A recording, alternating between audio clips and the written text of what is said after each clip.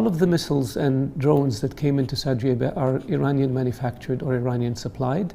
Several of them, as we've said, came from the north, several came from the sea. The United Nations laid responsibility for the attacks against Abqaiq on the Iranians, as have other countries that we invited to join us in the investigation. So it's very clear to us where these missiles are being supplied from and where they're being built. We have made this very clear to our friends in Europe and in the US, as well as to the United Nations Special Envoy. The Taliban in Afghanistan are on the terror list. It doesn't stop aid from going to Afghanistan. In Syria, you have Daesh on the terrorism list, and that doesn't stop aid from going to Syria.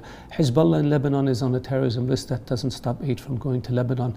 The Al-Shabaab in Somalia are on a terror list, and that doesn't stop aid from going there. Boko Haram is on a terror list, and that doesn't stop aid from going into the G5 Sahel countries. And so our position is, we wonder why is it that because the Houthis are on a terror list, it's going to stop aid from going to Yemen. The aid is being stopped as we speak by the Houthis. They steal the aid, they sell it to finance their war machine, they induct young boys, 9, 10, 11 years of age, and put them in the battlefield, which is against international law and severe violation of human rights. They indiscriminately launch ballistic missiles and drones against civilians, whether it's in Saudi Arabia or even in Yemen.